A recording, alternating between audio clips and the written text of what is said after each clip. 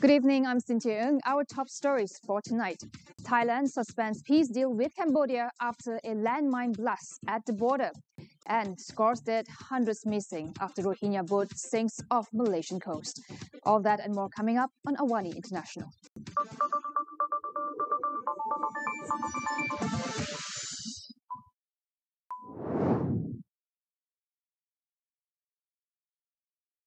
Thailand says it is suspending its peace deal with neighboring Cambodia after a landmine blast injured two Thai soldiers near the border.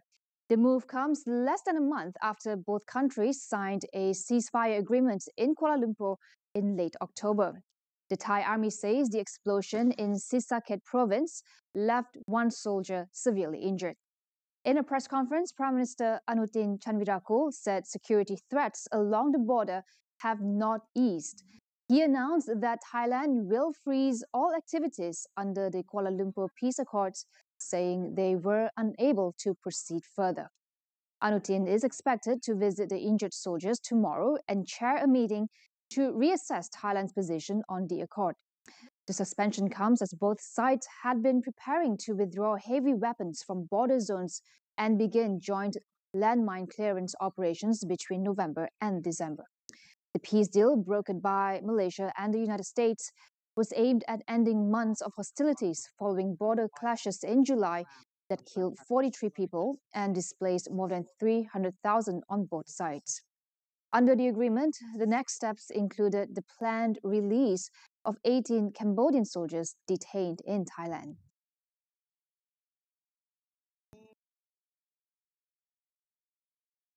Malaysian maritime patrols are searching coastal waters in the Andaman Sea for hundreds of missing Rohingya after a boat carrying migrants from Myanmar capsized near the Thailand-Malaysia border.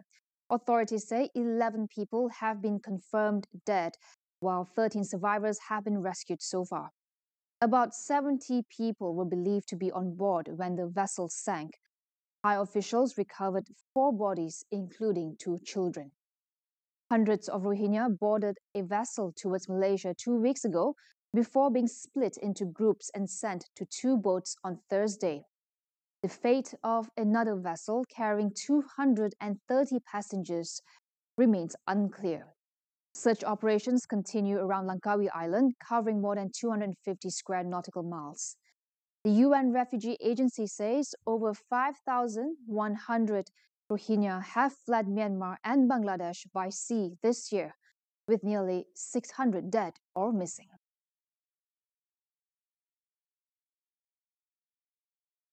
Stay with us, more updates coming your way right after the break.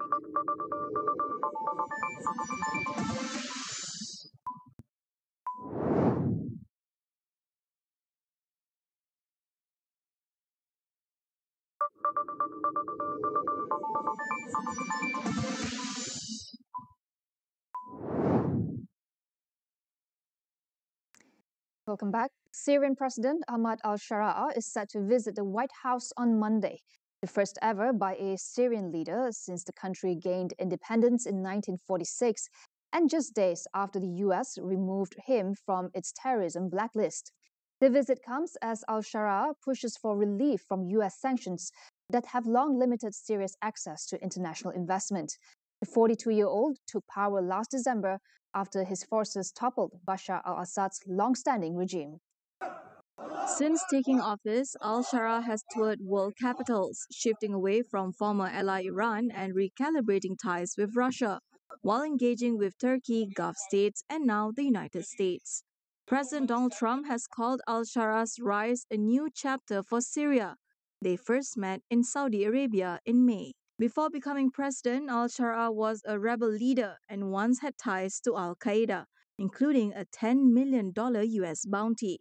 Officials say the White House talks will focus on security cooperation, including Syria's potential role in an international effort against the Islamic State. Economic discussions are also expected, particularly the future of US sanctions, which remain a key factor in Syria's access to international investment. Ending these sanctions is a priority for al-Shara as he seeks to fund reconstruction. The World Bank estimates rebuilding Syria could cost more than 200 billion US dollars. Japan has lodged a formal protest with China after a Chinese diplomat issued a threatening message online over remarks by Prime Minister Sanae Takaichi on Taiwan. She had earlier told a parliamentary committee that a Chinese attack on Taiwan could pose a survival-threatening situation for Japan, suggesting Tokyo could exercise its right to collective self-defense. In a now deleted X post, China's Consul General in Osaka, Xu Jian, has threatened to cut off a dirty neck while citing a news article on Takaichi's remarks in Parliament. Chief Cabinet Secretary Minoru Kihara called the message extremely inappropriate. China's foreign ministry defended it as a response to what it called Takaichi's wrongful and dangerous comments, adding that Japan's attempts to meddle in cross-strait affairs could cause serious damage to bilateral relations. The latest exchange adds fuel to growing tensions between China, Japan, and Taiwan, coming after Beijing lodged a protest over Takaichi's meeting with a Taiwan representative on the sidelines of last week's APEC summit. China has lifted export controls on chips made by Dutch company Nexperia for civilian use. The move announced by China's Commerce Ministry is expected to ease shortages for car makers and suppliers who had feared supply chain disruptions. Beijing first imposed the export ban after the Dutch government took control of Nexperia to block sensitive technology from reaching its Chinese parent, Wingtech. China, in lifting the restrictions, did not define what counts as civilian use, but deliveries to German and Japanese companies have reportedly resumed. Nexperia makes basic chips used in automotive electrical systems. While based in the Netherlands, about 70% of its chips made in Europe are sent to China to be completed and re-exported to other countries. Former South Korean President Yoon Suk-yeol is facing new charges over his short-lived imposition of martial law last year. Prosecutors on Monday alleged that Yoon aided an enemy state by ordering drone flights over North Korea to justify his move to declare military rule. Special Counsel Park Ji-young cited evidence from a memo written by his former counterintelligence commander. The memo urged the military to create an unstable situation by striking targets that would force a response from Pyongyang or port city Wonsan. Yoon plunged the country into a political crisis last December when he invoked martial law, citing threats from North Korean Communist forces and pro-North elements. He later sent armed soldiers to parliament to block lawmakers from overturning his decree. He was removed from office by the Constitutional Court in April and is currently on trial for insurrection and other charges related to his failed power grab. US President Donald Trump has pardoned dozens of people who allegedly tried to overturn the outcome of the 2020 presidential election. The move covers several Trump allies linked to efforts to challenge the outcome, including a number of co-defendants charged in Georgia. A list of 77 people receiving full unconditional pardons was published Sunday night. Among them were Trump's former chief of staff, Mark Meadows, conservative attorney Sidney Powell, and former New York City Mayor Rudy Giuliani, who pushed state legislatures to reject Joe Biden's win in key swing states. The order declares an end to a national injustice and claims to continue national reconciliation. The document also indicates the pardon could apply to others who fit the same criteria, but explicitly excludes Trump himself. The pardons are seen as the latest attempt by Trump to reshape the story of his failed re-election bid, which culminated in the January 6 attack on the Capitol in 2021.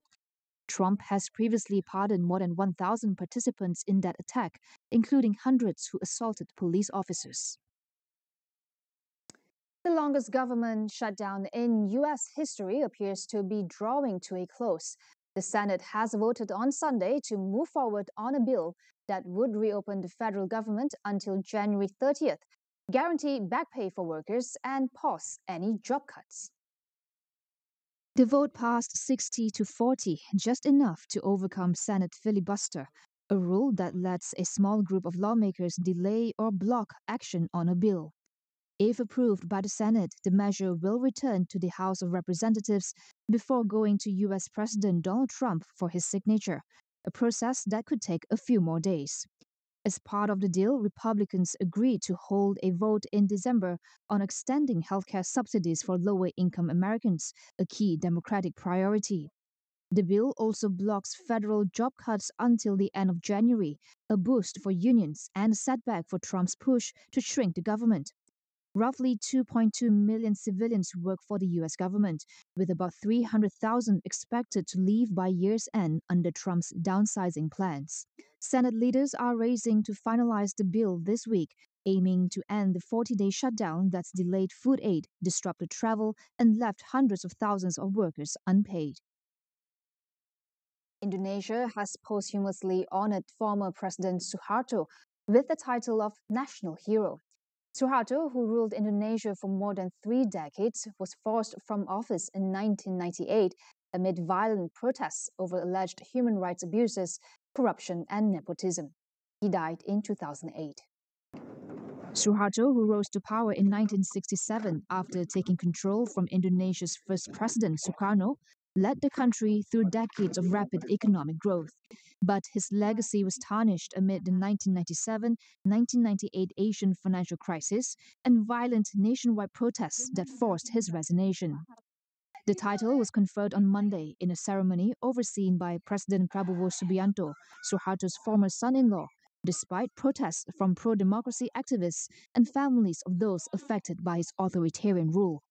Ahead of the ceremony, a portrait of Suharto in his military uniform was displayed at Jakarta State Palace, positioned between images of former President Abdurrahman Wahid and labor activist Marsinah, who was killed during Suharto's rule. Japan's Prime Minister Sanae Takaichi says her government will set a multi-year fiscal target, allowing more flexible spending and easing the country's commitment to fiscal consolidation. She also left the door open to a future cut in sales tax, signaling a focus on boosting the economy rather than tightening public finances. This shift marks a break from previous administrations, which used the annual fiscal target to show Japan's resolve and maintain market trust, even while deploying large spending packages. Under the existing fiscal blueprint, the government aimed for a primary budget surplus by 2025 to 2026. Takaichi plans to drop the annual balance as the consolidation goal, favoring a longer-term target instead. She has also called on the Bank of Japan to go slow on interest rate hikes to support growth. Since taking office last month, Takaichi has pledged spending to ease rising living costs, boost investment, and strengthen defense. Japan is saddled with public debt twice the size of its economy, which is the worst among major economies. The Kremlin says it wants the war in Ukraine to end as soon as possible, but efforts to reach a resolution have stalled. Spokesman Dmitry Peskov says progress has paused and blames Ukraine for it, while stressing that the war could conclude once Russia achieves its goals, preferably through political and diplomatic means. Peskov was responding to remarks by US President Donald Trump, who said last Friday that he believed the war could end in the not-too-distant future. No face-to-face talks between Russia and Ukraine have taken place since July 23rd. Trump has tried to persuade Russian President Vladimir Putin and Ukrainian President Volodymyr Zelensky to meet, but the Kremlin insists any summit must be held in Moscow, a condition Zelensky rejects. Meanwhile, Russian Foreign Minister Sergei Lavrov said on Sunday that he is ready to meet U.S. Secretary of State Marco Rubio, adding that maintaining regular communication is crucial for U.S.-Russia relations. That concludes Awani International for tonight. Stay with us as we track the strategies and power shifts shaping the new global order. For more updates, visit international.astroawani.com and follow us on social media. I'm Cynthia Ng. Thank you for watching and good night.